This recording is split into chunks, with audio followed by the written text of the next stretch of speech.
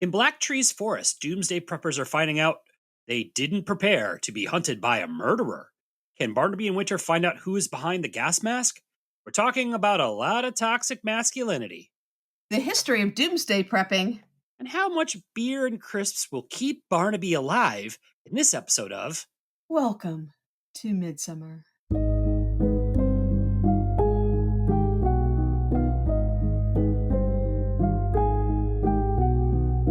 Hello and welcome to Midsomer, the podcast where we dissect all the mysteries, the murders, and the many weird things about the long-running hit TV show Midsomer Murders.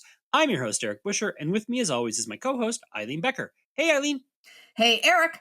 We are talking about the Blacktrees Prophecy, the first episode of the 23rd series. It originally streamed on Acorn on December 12th, 2022, and the UK April 14th, 2024. It was directed by Roberto Bangura and written by Jeff Povey.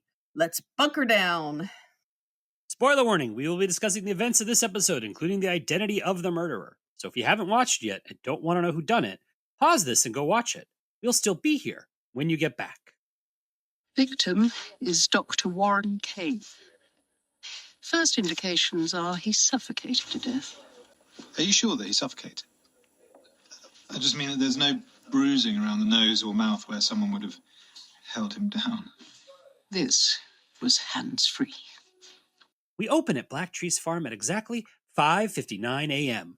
When the clock strikes 6, warning klaxons start going off, and a voice in the radio tells local Dr. Warren Kane that the missiles have launched and they are going to kill us all.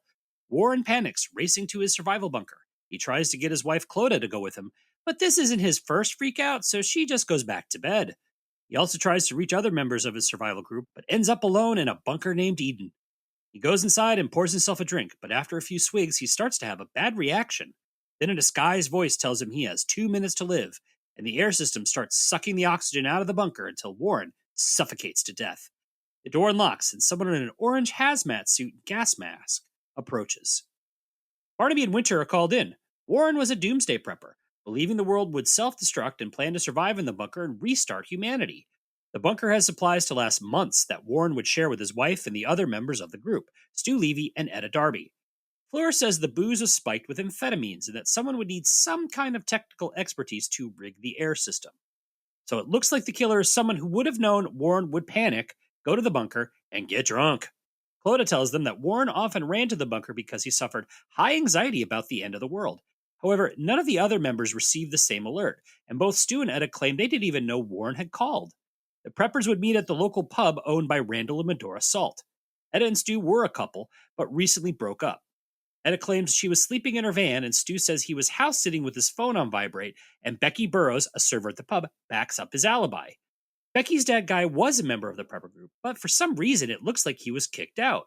Guy says he was doing his fire station volunteer shift alone all night.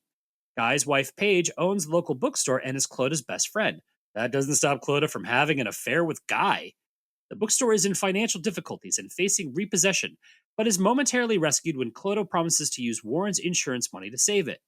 However, Warren canceled the insurance because who would collect it in a dead world, so Clodagh is a little angry.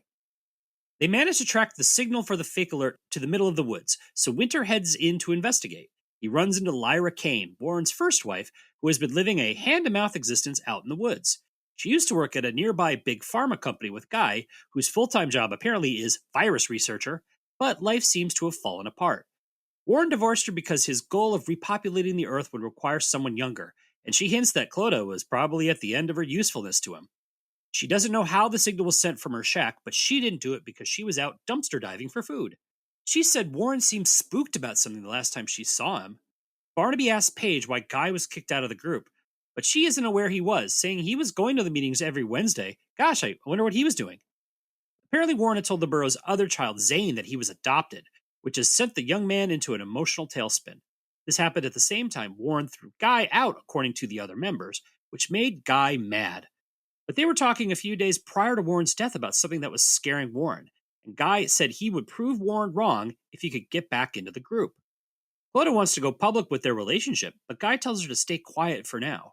Guy then trips up with Paige, talking about the repossession letter she hadn't told him about yet.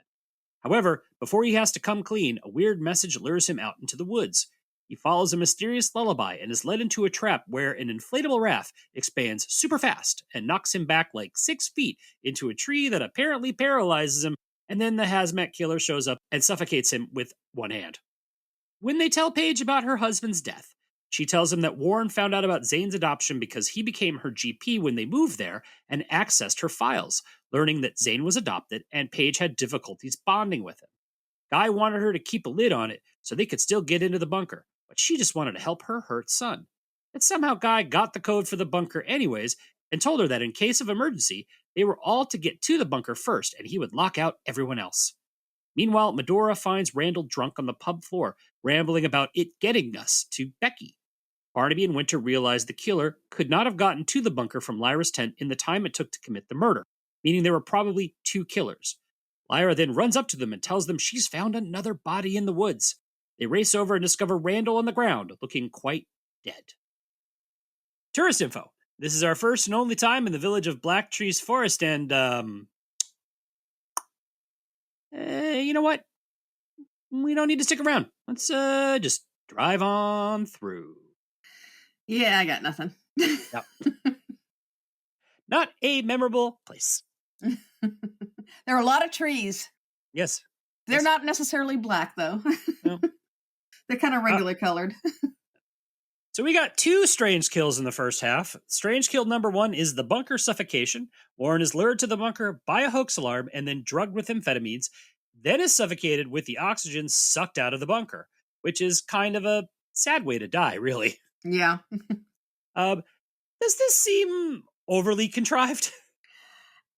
Yeah, it's weird. It's just like, because ultimately it doesn't really mean anything that I can see if there was some meaning to it, but it's like, oh, let's find the most weird way to kill somebody.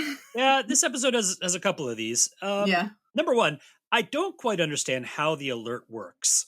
Like, Yeah. did this just go to Warren and he calls everyone? Because that seems like a highly inefficient way of alerting people about nuclear Armageddon. Yeah.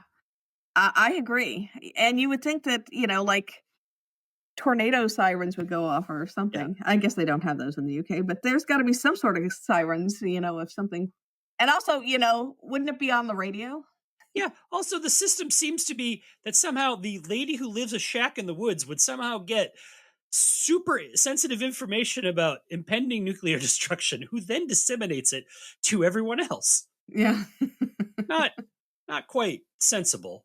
Yeah. Also, why the drugs? Just to make him more confused? I think it was, to confuse him, and so he couldn't open the door, I guess. Maybe. I don't know. It just seemed, it all seemed rather weird and overly thought out, but under thought out, because it's like, it's all kind of a mess. Well, also, I mean, it's a great premise, but all kind of a mess. I got more questions. Hold on. How long does it take to suck the air out of a bunker that size? Because it didn't seem feasible in 2 minutes unless it was like using some kind of super powered system, which it was not. Yeah. Also, what kind of a system do they have that would actually offer that function? And it seems like they didn't have that function, it's a pretty dumb system where it's super easy to do that. Yeah. Yeah. And we'll talk about this later, but I did do some research on these bunkers, and I don't think this would be feasible. I mean, a lot of these are pretty large, and it would take longer than 2 minutes. No, it takes a while to especially when that thing is just like, all it does is basically the thing turns off, and then I guess it would go in reverse to suck the air out. But even then, it would take more than 2 minutes. Yeah. It takes more than 2 minutes to suffocate somebody. Yeah. It's not a powerful fan. Basically, you've got there's an air filtration system, because you have to have air going into a bunker. There's no way of getting around it. So there's all these filters and everything on it to keep all the stuff you don't want in there. But it's not a real powerful system as far as the air sucking in and out. Yeah. No, that's like saying like, oh, I'm going to reverse my air conditioner. Yeah. And thereby suck all the air out of my apartment. Yeah. I don't think it works that way. It's going to take a while. Yeah. And I got, one more question. Mm-hmm. Just who did Warren think was shouting about the missiles?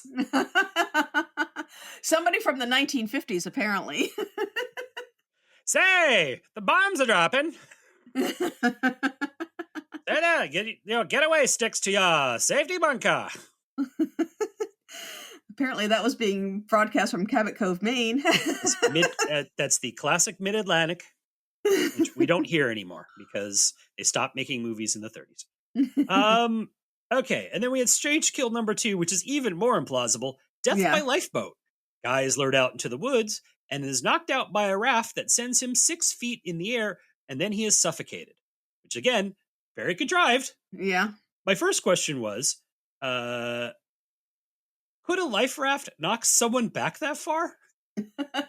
Like, I looked online at really how fast these life rafts really expand.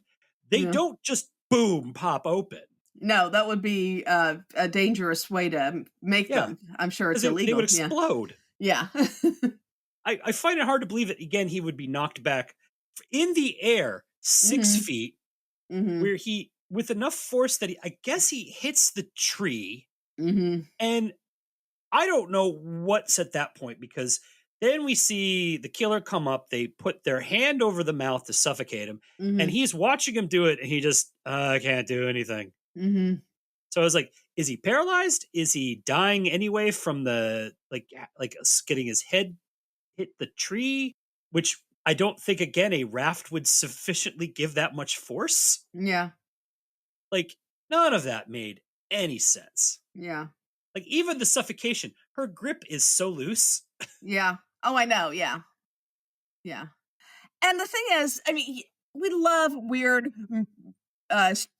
kills in Midsomer. Yeah. We want those. However, there has to be some sort of framework where they're at least somewhat plausible.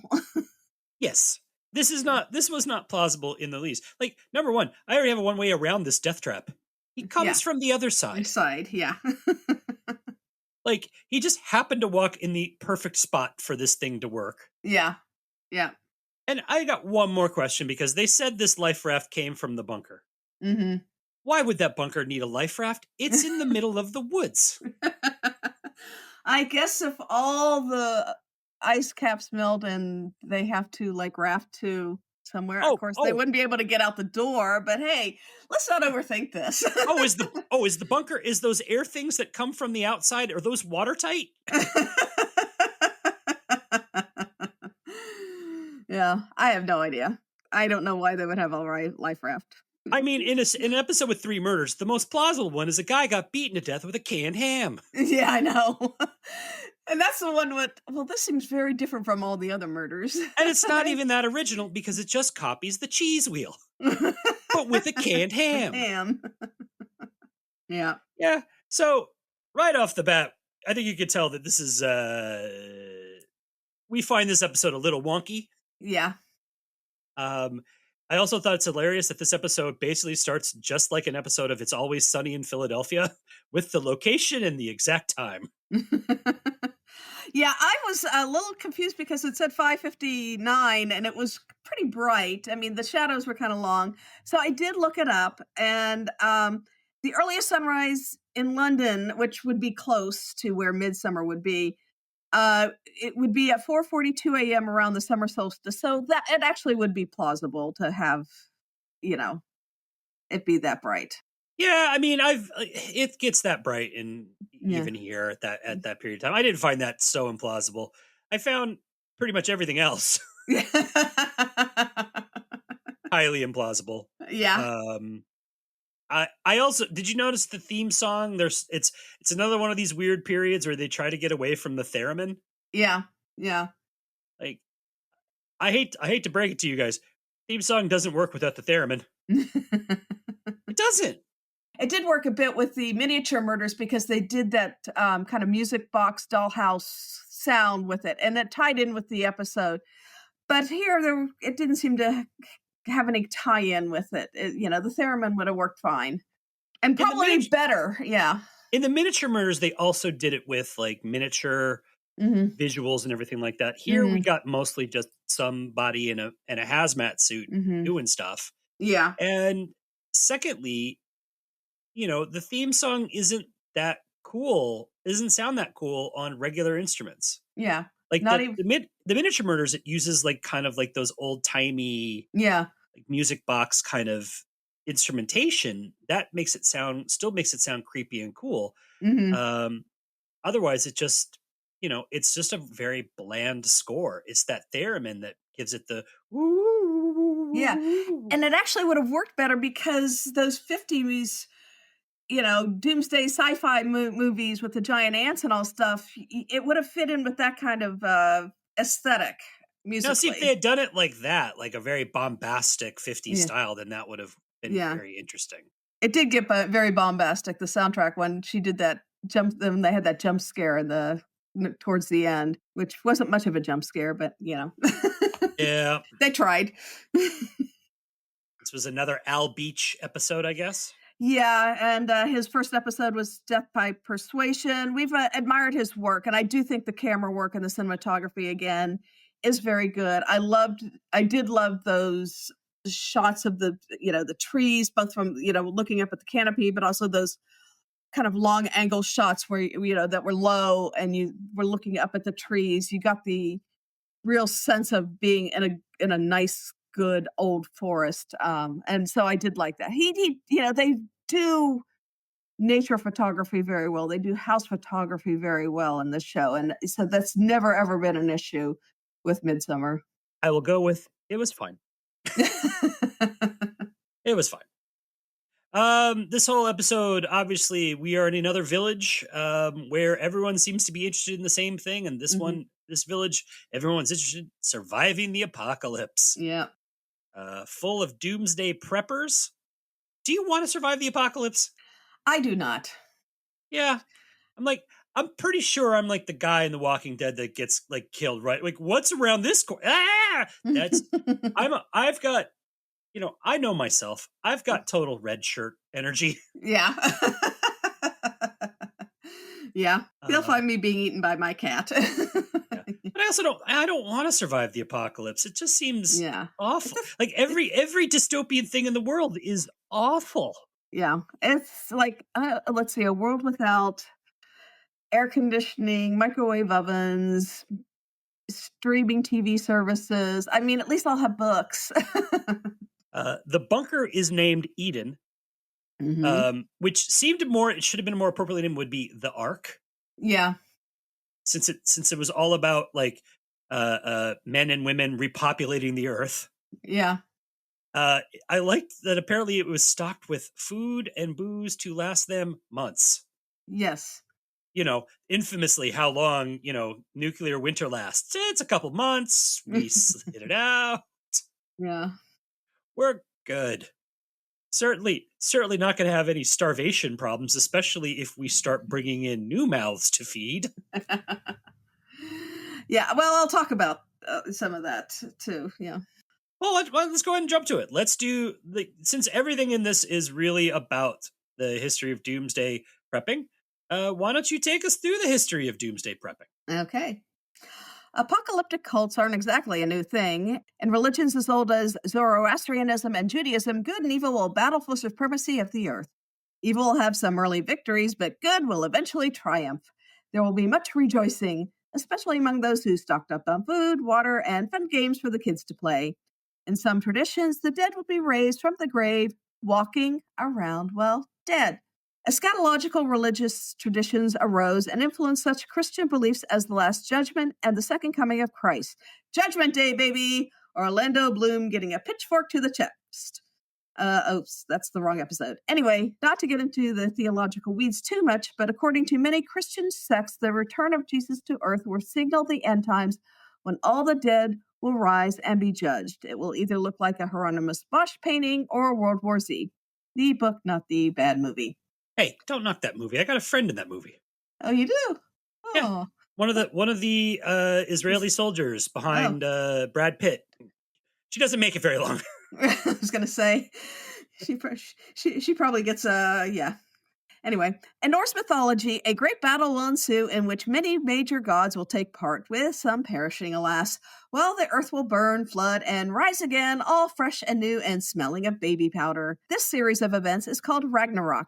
though Richard Wagner also used the Germanic term Götterdämmerung, or Twilight of the Gods, in his final opera of his Ring cycle. This apocalypse will be especially sexy with both Chris Hemsworth and Tom Hiddleston. Predictions for the end of the world have long been made and long been unfulfilled, and while stockpiling for lean times was pretty standard practice for much of human civilization, there's no real record of widespread panic caused by most of these predictions. Plagues were often seen as portents of the end times, as were astrological alignments and the convergence of religious holy days, such as one Good Friday and the Feast of the Annunciation both fell on the same day in 992 CE. When the specified dates failed to bring about the end times, the person doing the prediction would often revise the date. Puritan Cotton Mather used his fancy Harvard degree to predict the end of the world in 1697, then 1716, and then 1736. Modern doomsday prepping has its origins in the early days of the Cold War of the 1950s, when the only thing standing between you and nuclear Armageddon was your grade school desk. The U.S. government encouraged citizens to build fallout shelters and to keep them stocked with canned foods and water. Monetary collapse is also a fear, and so people started stocking up on gold, because nobody wants that useless paper money once the world governments have all collapsed. As the environmental movement grew, Retreater's Bibliography by Don Stephen, published in 1967, encouraged people to build survival retreats in remote locations. He encouraged recycling materials and using renewable energy. A few years later, Kurt Saxon started publishing a newsletter called The Survivor, urging his readers to learn pioneer skills. While the Retreaters, as they were known, were nonviolent and strove to be invisible to outside threats, survivalists developed a more combative style of preparedness. By the 1990s, survivalists had become a very right-wing movement with radical anti-government sentiments. The Y2K scare also caused many to go into survivalist mode, with many anticipating the collapse of civilization due to the coding error, as well as the expected second coming. The sky would turn purple and people would run everywhere, according to the Prophet Prince. Others who predicted a Y2K apocalypse include physicist Isaac Newton, 18th century preacher Jonathan Edwards, psychics Edgar Cayce and Ruth Montgomery, and Unification Church founder Sun Myung Moon. Despite everyone surviving the change from 1999 to 2000, doomsday prepping only became a bigger thing. Events such as 9/11 and Hurricane Katrina showed the practical benefits of being prepared for terrorist attacks and natural disasters. Unlike the survivalists with their live-off-the-land ethos, preppers are more mainstream. They live normal lives and don't isolate themselves in preparation for Armageddon. Most are more focused on disaster survival. The market for preppers is huge, with an estimated 9 million Americans actively engaged in prepping. This goes beyond just regular stocking up for a few weeks if a natural disaster such as a hurricane hits. Numerous and popular Facebook groups arose, advocating practices such as bug-out bags, learning how to live off the grid, growing your own food, wilderness skills, self-defense, and first aid. In addition to the many nonfiction books and TV shows such as National Geographic's Doomsday Preppers, the apocalypse has been a popular subject for novels and movies. Mary Shelley once again starts things off with The Last Man, published in 1826, in which most of humanity is wiped out by the rise of the bubonic plague in the 21st century. It took until the Cold War and environmental uncertainty of the second half of the 20th century for books such as Pat Frank's 1959 post-nuclear apocalypse novel, Alas Babylon, and J.G. Ballard's 1962 global warming novel, The Drowned World, to really spark the genre. Everything from zombies, robots, plagues, climate change, nuclear war, and alien invasion has inspired movies, TV shows, and writers as diverse as Douglas Adams, Kurt Vonnegut, Stephen King, Octavia Butler, Margaret Atwood, Cormac McCarthy, Max Brooks, and Emily St. John Mandel. It may be the end of the world as we know it, but at least we've got some great books to read. Okay. You're in your bunker. Mm-hmm. It's the end of the world, Kit. It's the end of the world. You're surviving in your bunker. Mm-hmm. You can only bring 3 books. Oh. And 1 record. 3 books and 1 record. Well, the complete works of Shakespeare. Mm-hmm. Probably a good mystery that I haven't read. That you're going to be rereading for the rest of that I'm going to be rereading for the rest of my life. Yeah, trust me, my bunker is going to have a good library. But for limiting me to 3, and maybe you need that space for food. Maybe a good anthology of poetry. What about your record? I would go with for the album. I would go with "Revolver" by the Beatles. Okay, that's fair. Mm. I think album I would probably do. I was thinking like either "Kind of Blue" by Miles Davis or "Straight No Chaser" Mm-hmm. by Thelonious Monk. I just feel like jazz is going to be more like for a longer, like for more different moods. Jazz kind of for me works more than say like a rock album, but Yeah. like definitely something like the Beatles would be good because they had so many different like my all time favorites are like the Clash, London Calling, Yeah. or like Exile on Main Street. But I don't know if that's always going like I'm always like, oh, you don't always want that in the background. Yeah. Whereas jazz can always be kind of in the background. Yeah. Well, I think having one that ends with "Tomorrow Never Knows" is kind of a good Yeah. way to like end your day. Just yeah. I would bring Slaughterhouse Five Mm-hmm. as a book because that's my favorite book. Mm-hmm. I Okay. would bring probably. I'm trying to think of like I don't want to do Infinite Jest again. I did not. Like, I want to bring something big and chunky. Yeah. But then again, you know what? I would probably find like 2 Library of Americas, Yeah. like where it's like just these like 7 books in one thing. Yeah. Yeah. Or Um, like Wolf 'cause it's Hall, cheap. you know? Yeah. But I mean, like War and Peace is a little like that's not like, but maybe something like Gravity's Rainbow by Pynchon Mm-hmm. would be a good big one. And if I don't want to cheat and say, Ficciones by Jorge Luis Borges. Okay. Something like those are the kind of things that you could sit and read In over Spanish. and over. That way you can learn Spanish while you're Yeah. reading it. Well, I wouldn't have the dictionary. But then I would have to give up a book for a Spanish English dictionary. But I mean, at least there are things I can puzzle about, Yeah. for like you reread and there's Yeah. different dimensions and you would like they, and spend years coming out, like just puzzling about these things. Yeah. I don't, or we end up as Burgess Meredith in Yeah. the end of that Twilight Zone episode. Yeah. Yeah. Time to read, but I ain't got no glasses. Hey, yeah. That's what you get. That's what we both need to stockpile in our bunker. Lots of glasses. Oh, trust me, I have, ever since I've had my cataract surgery, and have gotten to where I just need over-the-counter reading glasses now. I am buying, like, all the cheap reading glasses I can find because it's like they're all over the place.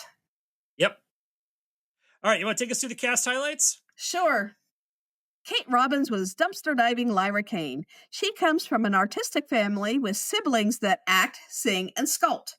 Robbins has appeared in Flyboys, Lunchbox, and The Sex Lives of Potato Men, as well as doing a voice on the long-running satirical puppet show Spitting Image. She's also a singer, with her song More Than in Love being a hit in the 80s in the UK. She's also a first cousin once removed to Paul McCartney, speaking of the Beatles. That's Sir Paul McCartney? I'm an American. I don't deal with those foo-foo titles. He's Chuck to me, not King Charles III. Robert Cavanaugh played man willing to do what it takes for his family, Guy Burroughs. He's appeared in Cracker, The Royal, Doctors, and Shetland. He also writes and directs his own films, including the 2010 film Pimp. He started a production company with Roy Tolkien. Yes, from that Tolkien family. Carly Sophia Davies played nature-walking Becky Burroughs. She's appeared in Manipulations, The Eternal Daughter, and Out There. She will next be seen in the film Jay Kelly starring George Clooney and Adam Sandler. I never thought those two would be in a movie together. Yeah, it's playing the festivals now. I thought she looked a heck of a lot like Daisy Edgar Jones, the star of Normal People and Twisters and Where the Crawdads Sing. Oh, okay. I haven't seen any of those. They're both very good actors, but I Googled if they were related and they're like, AI is like, no, but Carly gets recognized as her all the time. And I'm like, okay. How do you know that? One of those switched at birth things. Yep. Paul Aaron was hungry for ham, Randall Salt. He's appeared in Stella, Wolfblood, About Time, and The Royal Today. In his younger days, he performed with the Theater of the Unemployed, which created plays about social issues during times of economic downturn. Cora Kirk was into Winter a little too much, Etta Darby. She's appeared in Grantchester, Pray for the Devil, and Father Brown. She's also co-starred in the British romantic comedies Your Christmas or Mine and Your Christmas or Mine Too. I guess we have to switch at that point. Nina Watia played suffering wife Medora Salt. She is best known for her comedic performances in Goodness Gracious Me, Citizen Khan, and Still Open All Hours, as well as a role on EastEnders. Apparently, the Wadia family is a very well-to-do, well-known family in the UK and in India. Okay. Aaron Bell was easily panicked Dr. Warren Kane. He's appeared in Jericho, The Bill, Heartbeat, and The Christmas Miracle of Jonathan Toomey. His father was the character actor Tom Bell. Wasn't Jericho another post-apocalyptic thing? Different Jericho. There was a US show with Skeet Ulrich that was like a Lost Light called Jericho. I think it lasted maybe a season and a half. Mm-hmm. I remember watching the first couple episodes and becoming rapidly bored with it. But that's not this. Yeah. Caven Coates was sister-loving Zane Burrows. He's a RADA grad who also appeared in Vera, The Chelsea Detective, and Too Much. Yeah, I remember him in The Chelsea Detective playing a very nervous character there as well. So that's kind of his shtick. Yes. Ted Giovanni played nature killer Stu Levy. He has appeared in Shakespeare and Hathaway, EastEnders, and The Irregulars. And we have one main return visitor. That is Holly Aird, who played failing bookstore owner Paige Burrows. We talked about her when we did the Oblong Murders. Aird got her start at age 9 when she starred in The History of Mr. Polly. She's gone on to appear in Waking the Dead, Fever Pitch, Possession, A Discovery of Witches, and most recently in Hijack. We had a number of uncredited actors helping fill out this world, although not that many because probably COVID restrictions. So a shout out to Daniel Egan, Bharat Mistry, Sophia Price, and Vanita Sitchett for putting their health on the line for this one. And he isn't listed anywhere, but I have to believe that Mayor of Midsomer, Chris Wilson, is somewhere in this one playing a police officer. Now, our village star this week is Sonita Henry, who played housewife just wanting to be free, Clodagh Kane. She is from Dover with an English father and a Guyanese mother. She got her first on-screen role in 1997's The Fifth Element, playing a presidential aide. She's also in the first Star Trek reboot film with Chris Pine, playing a doctor who helps deliver baby James Kirk. She appeared in Olympus, Luther, and Krypton.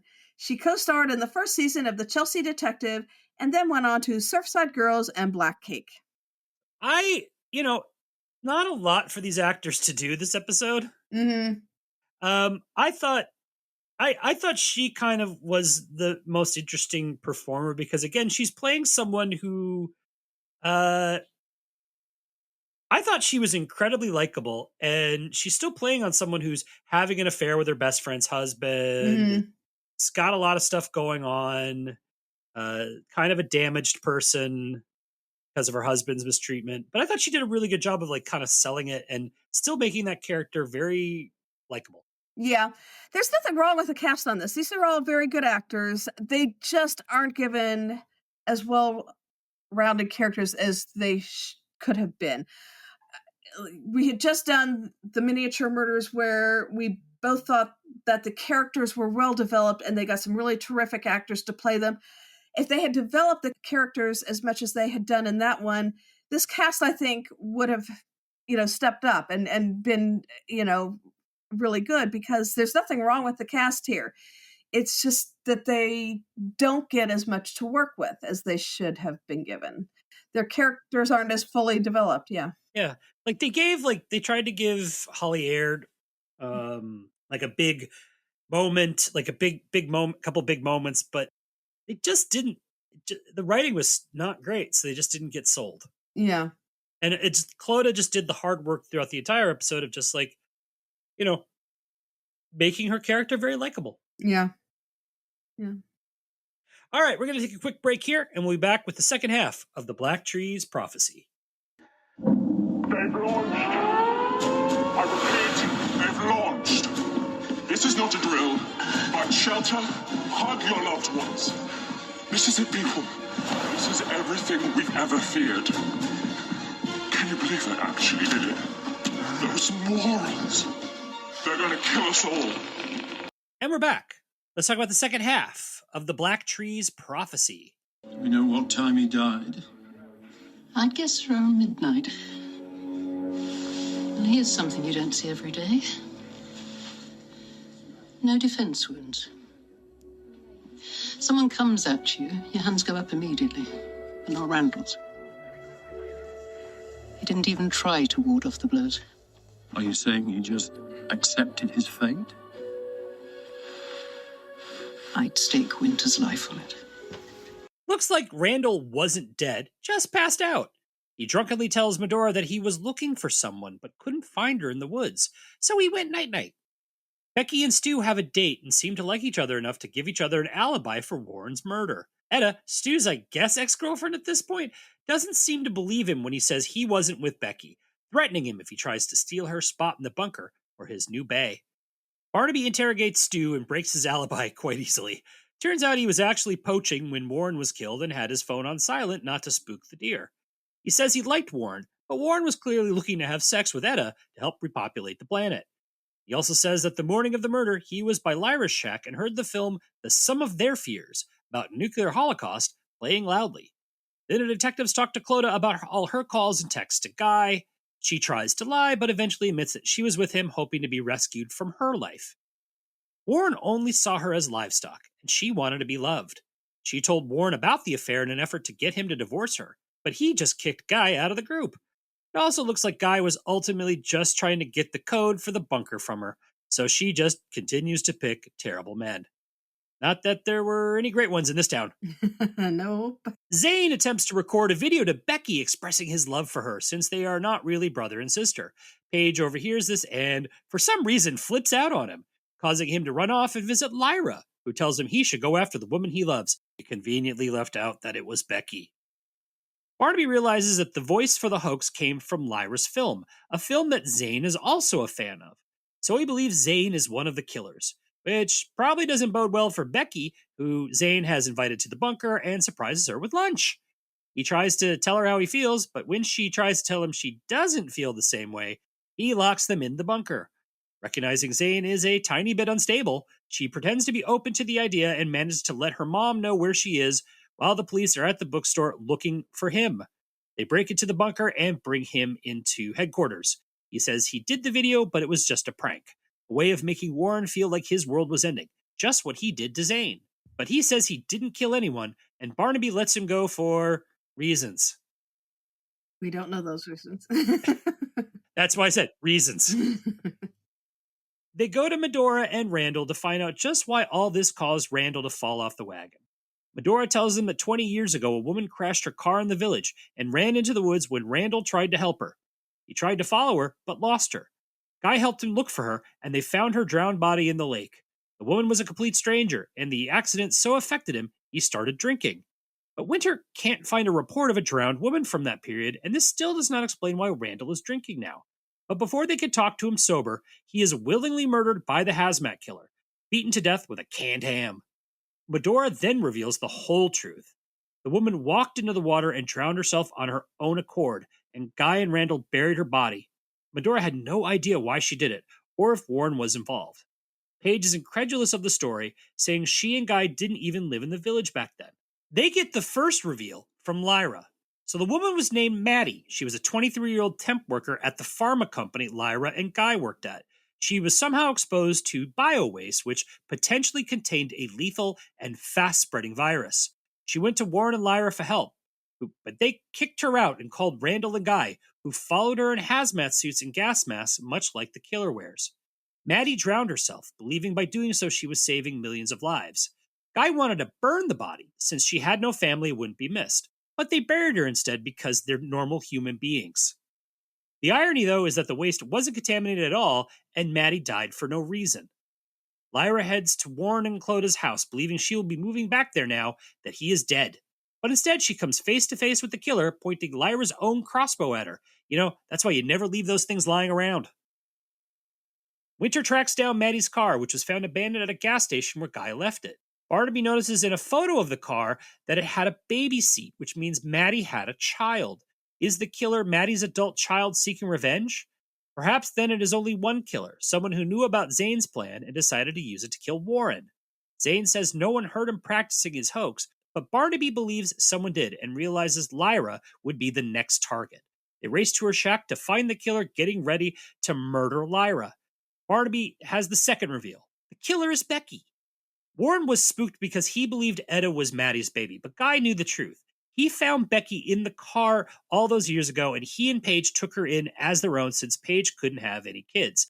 A fact that caused Warren not to want Paige in the bunker because what else would she be good for?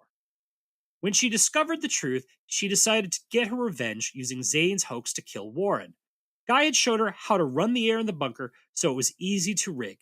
Guy also had to die, and Randall recognized her and was ready to end his misery. Becky tries to escape, but ends up caught in a bear trap and is arrested. Okay. Lot to digest here. Mm-hmm. Let's start at the top. So our killer is Becky. Yep. Angry at the death of her biological mom. Mm-hmm. Did she ever say how she found out about this? No, she did not. Okay. I mean, or found out the whole story or all of it, because she just seemed really angry. Yeah. All of a sudden, very angry. Yes. Her mom believed she had a super virus, so everyone seemed to think she needed to die. This is something that seemed to be glossed over very, very quickly. Yeah. That's one of those things where they usually stick you in quarantine for a few days to 6 months, depending on whatever movie you're watching. Yeah, well, that's because this is a town full of men who are monsters. Basically. Yeah. I mean, she was very Ophelia-like in her death scene. But it was all very what? Also, apparently she drowned herself, and at no point did she tell any of them, hey, could one of you look after my baby? Yeah. She's in the car that's left in your village. Oh, and probably also exposed to whatever the pathogen was. Yeah. Also, I'm sure she was crying at some point in that car. And nobody in the village was like, hey, what's that crying baby doing in that car? And she also went to the doctor's house, Warren's house, and his wife, Lyra, they were married at the time, and exposed them to whatever so she's running around spreading this germ rather than saying, oh, maybe I should be quarantined. None of this makes sense. Not only that, she didn't have a super virus. Yeah. And no one ever reported her death. Yeah. Because then it might look bad. Yeah. So I guess, are we shutting down this pharma company now? Because this seems like this is an internal problem that maybe they shouldn't be in business. Yeah. Also, why is a pharma company testing super viruses? I don't know. I mean, that's not their job. No. Yeah. That's you're looking at a biological weapon. Yeah. Your local little your pharma company isn't doing that. So either it's not really a pharma company and this is a government thing. Yeah. Or that whole pharma company should be shut down. Yeah. And it would have been more interesting if the pharma company had been a cover for a secret government project developing super viruses. That would have made this a much more interesting episode. Or plausible. Also, what the hell is wrong with that whole Burroughs family? Top to bottom, they are messed up. They are messed up. And the normal one's the mom. With her. Is she though? Well, I mean, the most normal one. Because I got to be honest, when she has that fight with Zane, she's saying some pretty mean, nasty things to him. Yeah, yeah. I was like, oh, I think I found the problem why you couldn't bond with your child. Yeah. Wasn't him. Yeah. But I mean, Becky is the one who comes across as the normal one, even though we know that she's the secret crazy person in the family, which seems to be the trope that they've been going with too many times on this show lately. And this is one of them, the seemingly sane person who's actually crazy. Whereas the son is the just actually crazy person. Yeah. Yeah. But first of all, let's talk about Guy. Because Guy, again, this town, a lot of problematic dudes. Guy is actually willing to sleep with another man's wife just to make sure that he gets the code to the bunker for his family. Yes. which is the only motivation we get for it. We don't find out that he really did care about her, but then when he got kicked out of the group, this became the bigger thing or anything like that, because we don't really get to spend that much time with Guy. Yeah, no. Other than him being a jerk. Yeah. And he works for the pharma company as a scientist. So I guess he's working on drugs to save the world or whatever, or Viagra. Who knows what he did? But he's also Right, maybe he should be working on drugs to help infertile women have babies if they want them. Yeah, he's also a fireman, so he's big into the I am a savior complex. Except here's the thing. He says he tells Clodagh that he wants to save her, right? Yeah. Except he tells his family, if you get in the bunker, lock everybody else out, including Clodagh. Yeah. He doesn't care about her at all. Yeah. Class act. Yeah. Not much better than Warren. No, these are guys that, they should have just stayed in their mom's basement. He just took Maddie's baby. Mm-hmm. Because again, don't want to admit to anyone that a woman died and then just covers it up and raises it as their own. Kind of messed up. Yeah, I mean, the odds are you're going to have a messed up kid, not that you're going to be raising Superman when you find an abandoned baby. Also, willing to let his wife's business die than admit that he has been stockpiling money. Yeah. Why is he stockpiling money? Because again, in the apocalypse, much like Warren's insurance money, it's useless. Yeah. Yeah. You stockpile gold, you stockpile silver, you do not you don't have a savings account. It's not going to be accessible. Okay, then we got Paige, who obviously, since she can't have kids, Warren won't let her into the bunker, which is what Warren. I mean, if you want to rank the toxic masculinity, I think you go Warren, Guy, Zane, Stu, Randall. Yeah. In the levels of toxic masculinity in this town. Yeah, and Stu isn't exactly a keeper there. Yep.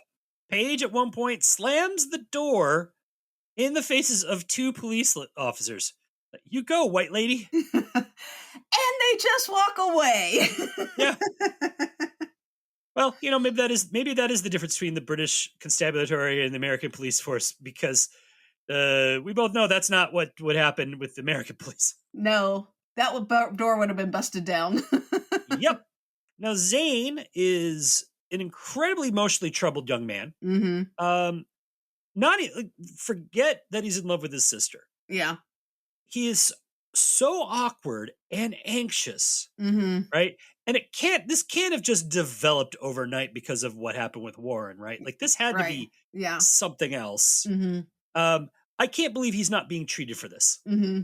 He's just a bundle of nervous energy. Yeah. And actually, the least disturbing thing about him in this show's universe is that he's in love with his sister. Yeah, I know. It's like, well, I mean, she's not his real sister. I mean, they're not biological siblings. So, hey, it's not technically incest. Maybe that's why she's not into it. If they were really siblings, then it's got a heat factor. Yeah.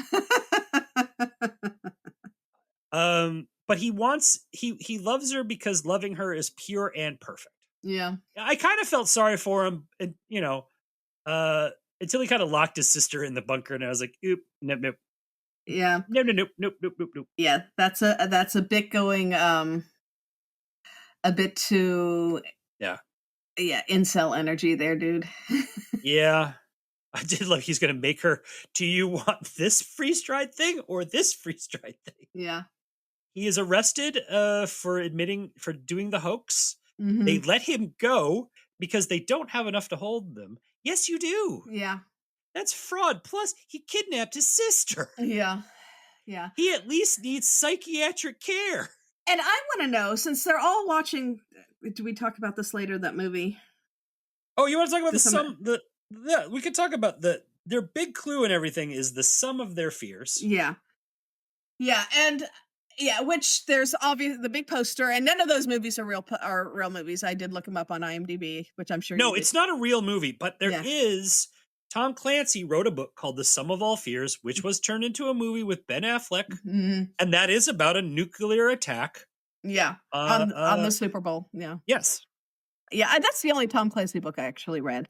Yeah, it was the 90s and he was popular and I felt like, I was a bookseller. And but the thing is that if everybody has a copy of this movie, even Barnaby, why did Warren not recognize the line that it was taken from there, from the end of it? Barnaby did, and I don't think Barnaby probably obsessively watched it 20 times like Warren probably did.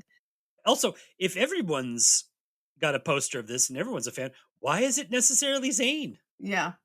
Like he's like, oh, Zane did it because he had the posters. Like, Yeah. I saw that. I saw that poster in a few people's houses, man. Yeah.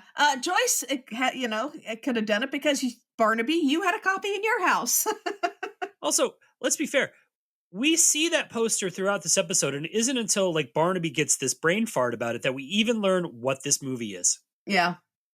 Like it doesn't, like they don't explain the plot of it. And it was like you don't even have a scene of like Winter looking at the poster, the sum of their fears. Barnaby's like, oh, that was a classic film in the 50s about what would happen in nuclear apocalypse, blah, blah, blah. Yeah. I mean, you do see the poster. It has that kind of image of the building. I guess it's what people call Big Ben, but the Elizabeth Tower is up like, and kind of on its side coming out of the sand, like the image from Planet of the Apes of the Statue of Liberty. So you kind of get that it's a post-apocalyptic thing.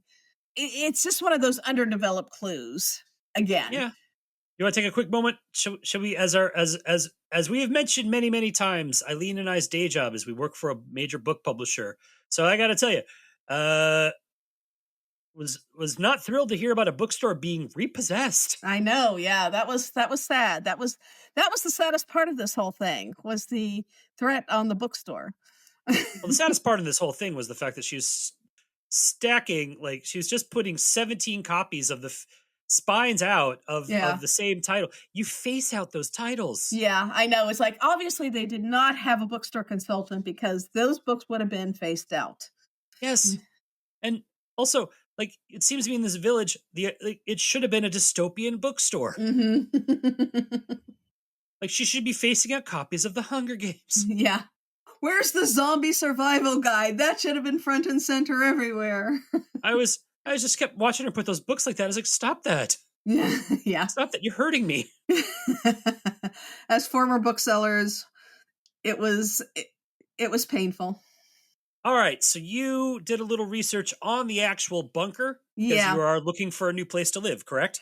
Well, as I was doing all my research on the, doomsday cults, I did find this one place site called Subterranean Space UK, and they do make these bunkers. They do panic rooms and stuff like that.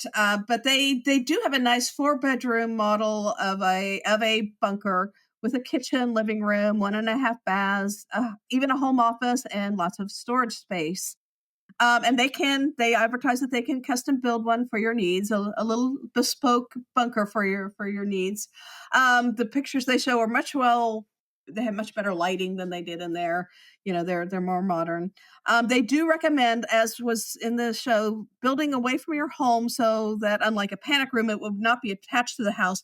This is in case of an attack, a nuclear attack. You want to be away from like a population center.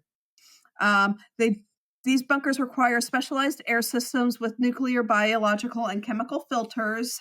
And then one of the things that I thought was interesting was that sudden appearance of the door remote control that Zane wielded to lock Becky in. It's like, where did that come from?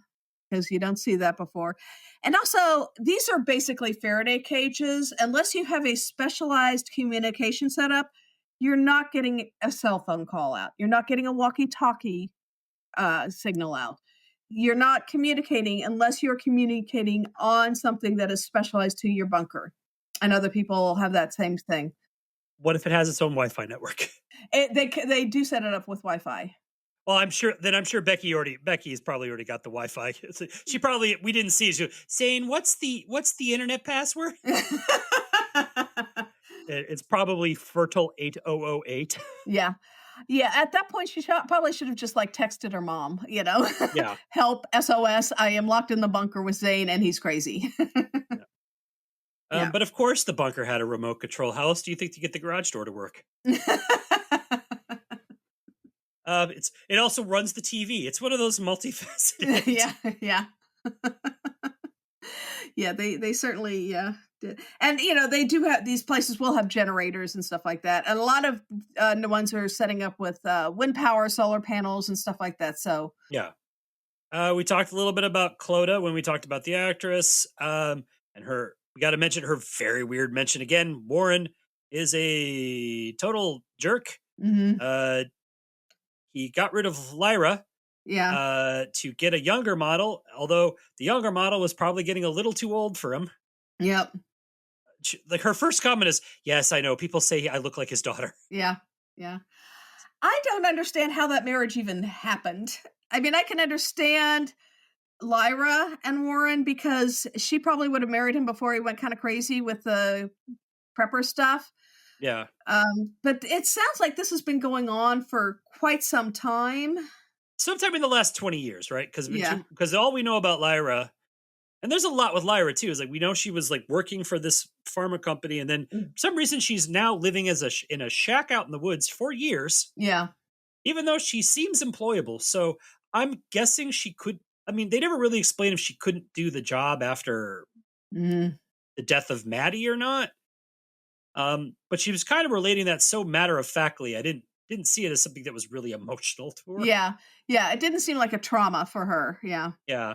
No, I live out in the woods now. It's like you have job skills. I don't know why Mhm. you're Yeah. choosing to live out there. But so like they both are treated by livestock by Warren. Mhm.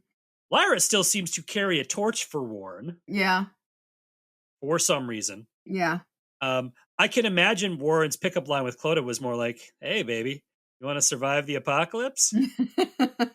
Are those birthing hips that I see?" Yeah. And why did Lyra think that she was allowed to have access to the house now? She was not in the will, I'm sure. No, it felt like it felt like a thing of just like, well, first of all, she came in holding a crossbow, Yeah. so that's right there is Yeah. a bit that would get the police called. Yeah. Yeah. And that jump scare was kind of lame. Yeah. The music, which usually the music is good and doesn't do this, but it just seemed a little over the top on that. And then Clodagh, she just wanted to be loved. Yeah. She didn't Yeah. want to be livestock. She wanted to be loved. Yeah. And you know who she should hook up with then? Because he just wants to be loved? Zane. Clodagh, he's single. He knows where the remote control is. Yeah. Clodagh, just leave town. Sell that big old house and Yes. leave town. Well, now that Paige isn't going to talk to her anymore. Yeah. Then we got Randall, who's majority of this episode, he's playing drunk Mm-hmm. and not well. Acting drunk is a tough thing. Most most times you see it, it's not good. Yeah. Yeah. But apparently, his guilt in Maddie's death, or his complicity, or his Mhm. felt like he had complicity, made him want to drink himself to death. Yeah. I still don't know what he did. I know. It's all so vague. And his character is vague. I mean, like we can say that about pretty much everybody in this. You don't see him hardly at all to establish his character before he falls off the wagon. We don't get we just don't get we get a lot of flashbacks to it that are edited together and someone else telling the story. Mm-hmm. But because we get 3 different flashbacks, Mm-hmm. it's a little Rashomon. And not in the good way that Rashomon is. Yeah. This whole episode felt so contrived. Yeah. Top to bottom. Yeah. It's like they had a good premise with this whole survivalists, preppers, and it's like they made every wrong decision along the way. And then they're also like I get the core idea. Like what would somebody Mhm. like what would survivalists do to stay alive? Yeah. Like to keep their bunker. But then they just basically, it's just all toxic men. Yeah. Like, okay, great. They all suck. Yeah. They can all die. I don't Yeah. know what you want from me here. Yeah. Randall was eager to meet his maker. Mhm. Randall was eager to meet his maker. Again, our Flora has a colorful way of expressing herself. Yes, she does. Yeah. And then, Etta and Stu will give them short shrifts, just like the episode did. Yeah. Because you never see them as a couple. Yep. Becky gives Stu an alibi because apparently she likes him, but also because she needs an alibi. Yep. Which stuck out to me, and Barnaby never mentioned it once. Yeah. She wanted their date to be going on a nature walk so he can, I guess, show her his poaching trails. I guess so. I have to say, making your guy take you to his job is not really the ideal first date. Yeah. And the thing is that Stu, as a prepper, knowing how to hunt and survive off the land is a very plausible part of his character. It just kind of is almost an aside of, As long as you don't have a radiated deer. Yeah. Yeah. And then, Etta, who's basically just super intense. Yeah. And then wants to just make sure she survives in the bunker and willing to have sex with Winter to do it. Yeah. She accuses him of cheating on her. And he's like, I'm not cheating on her. We're breaking up because you're too intense. And I was like, no, you were cheating on her. You said we're broken up. And I was like, well, she didn't seem to know that. Yeah. But then again, she's willing to sleep with Winter. So I was like, I don't think this made out a bit of a monogamous relationship to begin with. Well, you do have to, at least she had the right idea that you do have to vary your gene pool a little bit. So, if she goes in pregnant with Winter's baby, that'll work. Here's the thing. Usually, if I find an episode confusing, talking with you helps me understand it more. I'm still so confused about this episode. I know. That's okay. I am too. It's so confusing. My whole thing is that they just had an idea and it just didn't get worked out fully and in the right way. It's like they made. I just keep going back to they made all the wrong decisions in plotting this out. Jumping into corner. I could have actually used 10 more minutes of this episode of Fleur just talking about partying with rock stars. It would have made as much sense as everything else. It would have been a much more enjoyable way to spend 10 minutes in this episode. Yeah. I also kind of loved at the beginning when Flora says that Warren suffocated and Winter opens his fool mouth and starts to challenge her. Yep. What an absolute idiot. There would have been... I don't know. If the bunker had been like depressurized before he got in, there would have been a whoosh of air in. I mean, that's the only way you could have done this, is that you would have had to take the air out before he got in. There would have been a whoosh of air going in, and then it got pressurized again, and the air sucked out. Did Clodagh not mention anything about a whoosh of air going in? I don't know. It just... She didn't go there. It didn't make... Yeah. Yeah. All right, like we mentioned Winter. Let's just talk a little. Like this, there was some Winter moments that I thought were a little confusing. Every once in a while they were trying to give Winter this idea that he's kind of like a fashion dude, like likes his expensive things. They made him really, really prissy about going into the woods this episode, and I found it a little out of character. Yeah, because it's not like he hasn't done this kind of stuff before. I mean, he's been around a while, and well. And I did find out because I've been actually, weirdly enough, kind of researching menswear on a high end. Those are Derby shoes. They're not Oxfords. They're not quite as formal as an Oxford shoe. They're called a Derby, as we would say in the US, but probably a Derby in the UK. And they are kind of a little more semi-formal shoe, but very appropriate for workwear and for his suit. So they were very nice. He probably has tons of them. Yeah, because he is a bit of a fashionista. But it just bothered me. It was like, oh God, I'm going to get my feet dirty. It's like, you don't do this. You don't do this. Yeah. This is not you. Yeah. And then he shows up later coming out of the woods, all disheveled, like he's been like kidnapped or something. Attacked by a marmot or something, yeah. Like what? Like you were out in the woods. You weren't in a gale force hurricane. Yeah. I mean, I go hiking quite a bit, and depending on how much rain, you can get your muddy shoes, but I never emerge from the woods disheveled. Yeah. But you know what we learned this episode? Barnaby and Winter have the same size feet. Apparently so. Because Barnaby is wearing Winter's Wellingtons.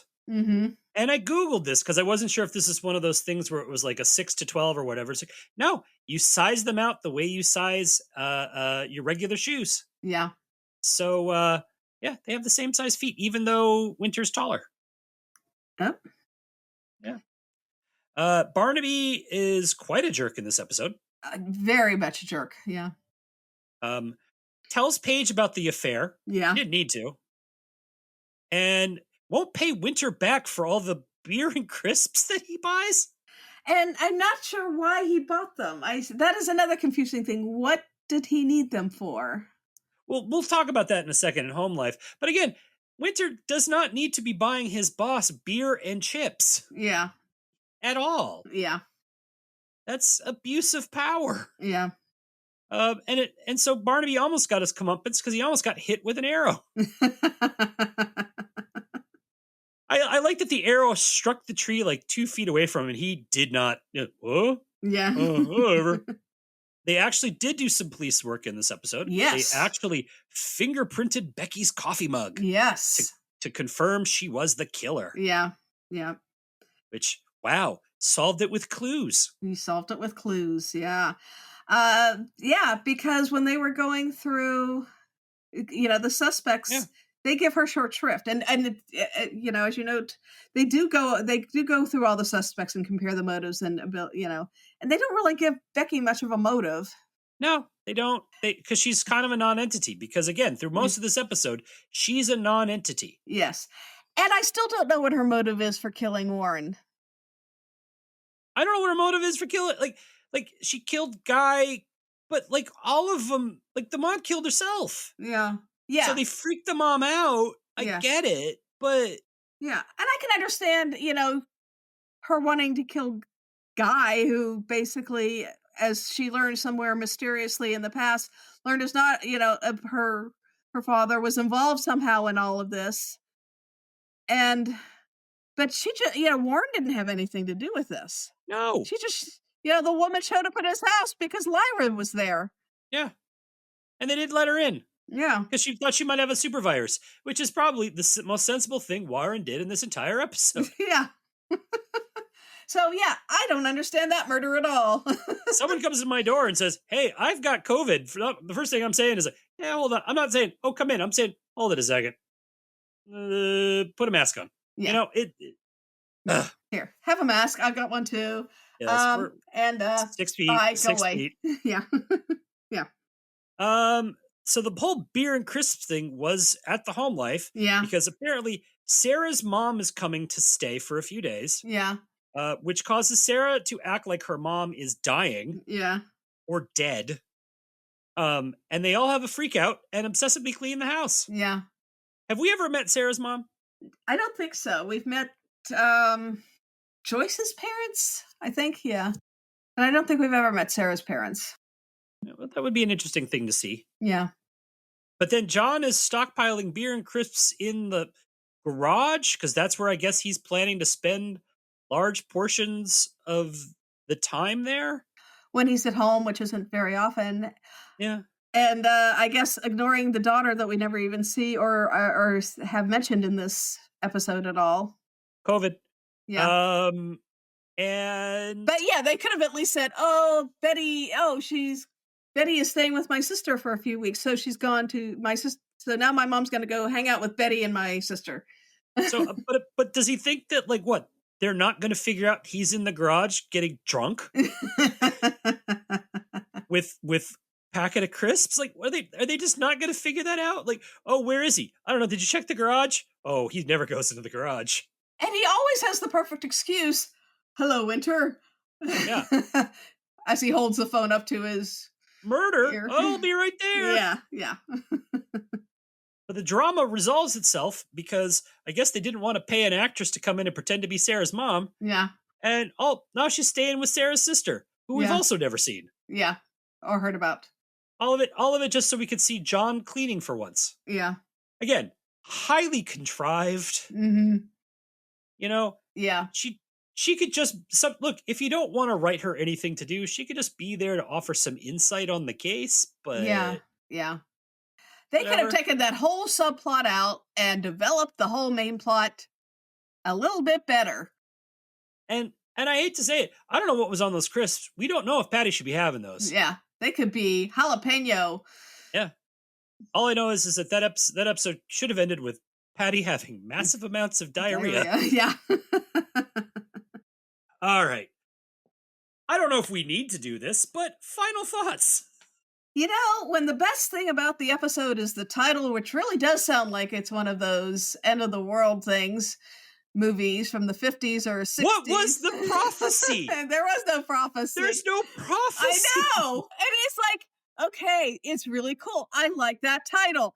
And then they rarely mention Blacktrees as you know, is it the forest? Is it the village? Is it the place where they worked? You know, Do you think they wrote the title first and then said, we'll come up with the story later? Probably. Yeah.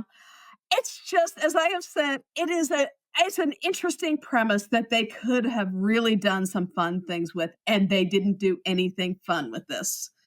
It is contrived from top to bottom, which in and of itself isn't bad. It's a murder mystery. It has to be a little contrived. Yeah. They made no effort to make this seem natural or realistic or to give us anyone to care about or anything. The murders are comical and not intended to be comical. I mean, maybe they were. I don't know. Yeah. It's hard for me to think that someone wrote killed with a life raft with a straight face. Yeah. But it didn't read as something goofy or comical. It just read as dumb. Yeah.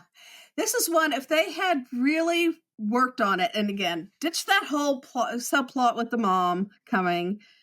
I mean, yeah, we love seeing Sarah. I mean, and, you know, Fiona Dolman's a great actress, but this just gave her, like, stupid stuff to do.